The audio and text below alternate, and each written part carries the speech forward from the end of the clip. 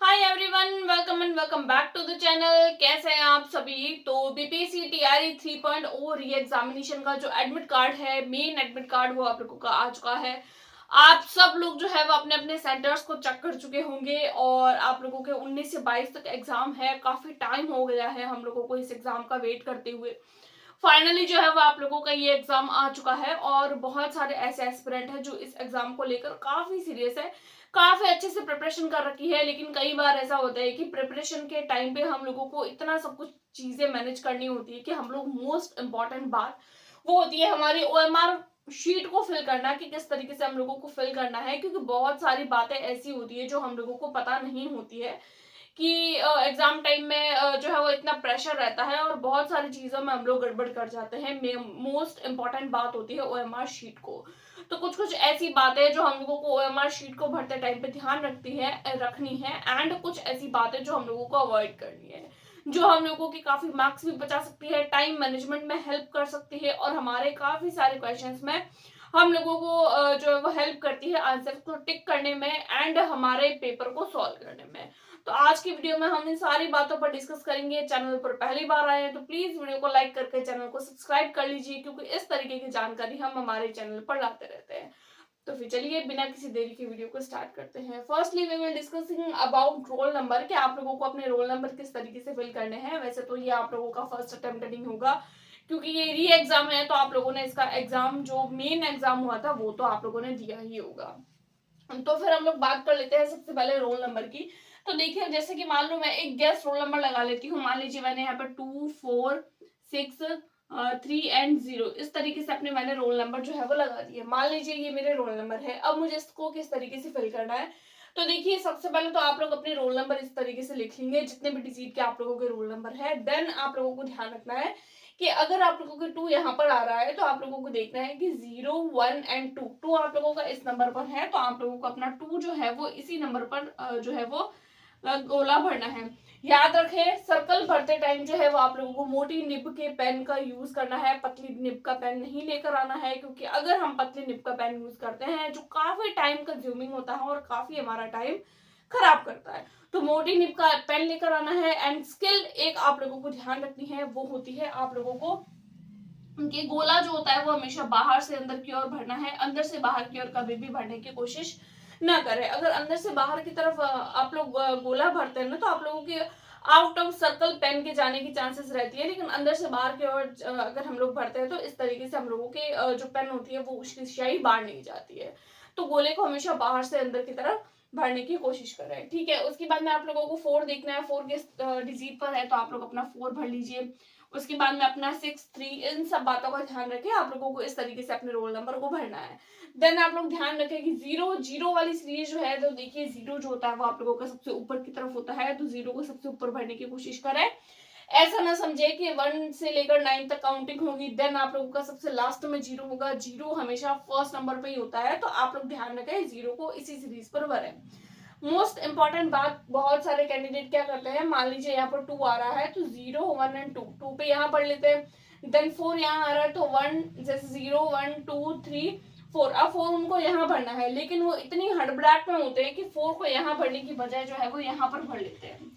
तो इस ए की सीरीज में 2 भी हो जाता है, इस ए की सीरीज में 4 हो जाता है। तो इस तरीके से क्या होता है, कैंडिडेट के ओएमआर में हो जाती है गड़बड़। उसके बाद में जब वो जागते हैं उनको ध्यान में आती है कि ओ हमने तो गड़बड़ कर ली, फिर वो तो या फिर तो क्रॉस करते हैं, या फिर उसको व्हाइटनर से हटाने की कोशिश करते हैं, या फिर उसको ब्लैड से हटाने की कोशिश करते हैं, या फिर कुछ ना कुछ ऐसे टेक्निक्स लगाने की कोशिश करते हैं जो उनके ओएमआर को खराब कर देती है। और अगर आप लोगों ने इस तरीके की कोई भी चीज करी तो आप लोगों के ओएमआर शीट चेक नहीं होगी। तो ध्यान रखें, क्योंकि ओएमआर में रोल नंबर फिल करना that is very very important. अगर यही गलत हो गया तो एग्जाम की चाहे कितनी भी लंबी और कितनी भी अच्छी बेहतर तरीके से तैयारी की है उसका कोई मतलब नहीं है, क्योंकि हम लोगों ने ओएमआर शीट में अपने रोल नंबर ही गलत भरे हैं। तो ध्यान रखें एग्जाम टाइम में, वैसे आप लोगों को 2 घंटे पहले एंट्री दी जाती है, तो 2 घंटे पहले अगर एंट्री दी जा रही है तो आप लोग 2 घंटे पहले जाएं। और आप लोगों को पहले से ही जो है वो 1 घंटे पहले आप लोगों का गेट बंद हो जाएगा, तो पहले से ही आप लोगों को 5 से 10 मिनट जो होते हैं वो ओएमआर शीट भरने के लिए दिए जाते हैं। तो उन 5 से 10 5 मिनट के अंदर जो है वो एकदम बिना पैनिक यूं नहीं होता है कि फटाफट से मैं अपनी ओएमआर भर दूं ताकि मैं अपने मेन जो आंसर शीट होती है उसको, उसके लिए मैं अपना टाइम बचा सकूं। उसको अगर आप लोग अच्छे से भर लेंगे, 150 में से 150 एकदम सही कर लेंगे, लेकिन रोल नंबर ही गलत भर दिए तो कोई मतलब नहीं है यहाँ के 150 क्वेश्चन सही करने का।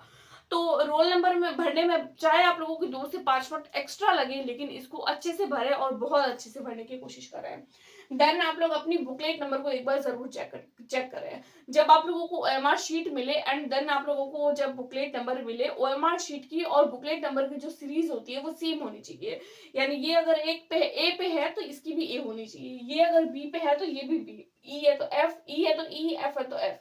ध्यान रखें दोनों की सेम होनी चाहिए। अगर अलग होती है तो इनवैलिडेटर से जरूर बात करें। मान लीजिए आप लोगों की बुकलेट नंबर जो है वो बी है, तो बी वाले, जैसे मान लीजिए यहाँ पर बहुत सारे लिखे हुए होते हैं, A B C and D, 4 होते हैं। मान लीजिए आप लोगों की बी है तो आप लोगों को बी वाले के सामने सर्कल करना है।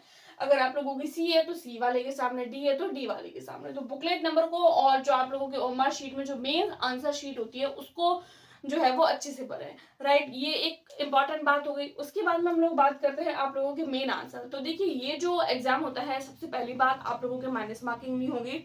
150 क्वेश्चंस होते हैं, 150 मिनट्स होते हैं। पर क्वेश्चन के लिए पर मिनट आप लोगों को मिलता है, एक क्वेश्चन 1 मिनट। अब देन उसमें आप लोगों को क्या करना, पूरा पेपर सॉल्व करना। पेपर सॉल्व करने के साथ साथ में, अभी ऑनलाइन पेपर तो है नहीं कि साथ साथ पढ़ते जाएंगे क्वेश्चंस को डायरेक्ट जो है वो आप लोग टिक करते जाएंगे, ऐसा तो है नहीं। ऑफलाइन मोड का पेपर है, आप लोगों को क्वेश्चन भी पढ़ना है, उसका आंसर भी करना है, देन उसका ओएमआर शीट भी पढ़ना है। तो उस 1 मिनट के अंदर आप लोगों को ये तीनों चीजें करनी है। तो ऐसे टाइम पे आप लोगों को क्या करना होगा, टाइम मैनेजमेंट करना होगा।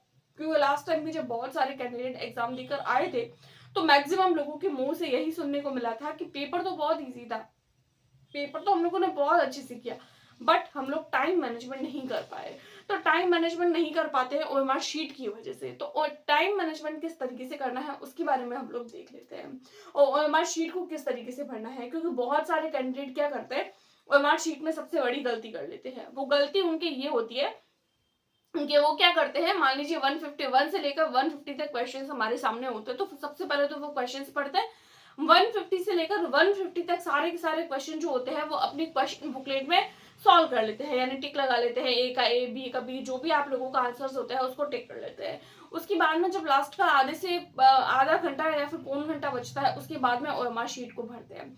जब ओएमआर शीट को भरने लगता है ना, तो उसमें मान लीजिए आप लोगों ने, आप लोगों के कोई भी एक पर्टिकुलर क्वेश्चन, मान लीजिए आप लोगों का 5th क्वेश्चन है, 5th क्वेश्चन का आंसर बी है और आप लोग जो है वहां पर 6th क्वेश्चन का आंसर लगा रहे हैं या 4 का लगा रहे हैं।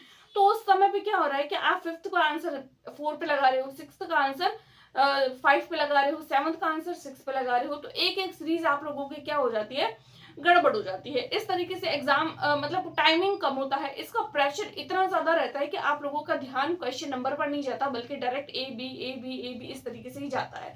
तो आप लोग क्या करते हैं, आप लोगों को ये बात समझ कब आती है, जब पूरा का पूरा पेपर आप लोगों ने सॉल्व कर दिया, 150 क्वेश्चंस तो आप लोगों के खत्म हो गए।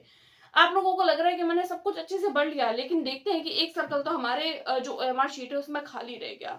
उस टाइम पे हमारा माइंड एक्टिव होता है कि मेरी जो सीरीज थी वो पूरी की पूरी गड़बड़ हो गई। क्यों? क्योंकि हम लोगों ने जब हम सॉल्व कर रहे थे क्वेश्चंस, उसके साथ साथ में हम लोगों ने ओएमआर नहीं भरी।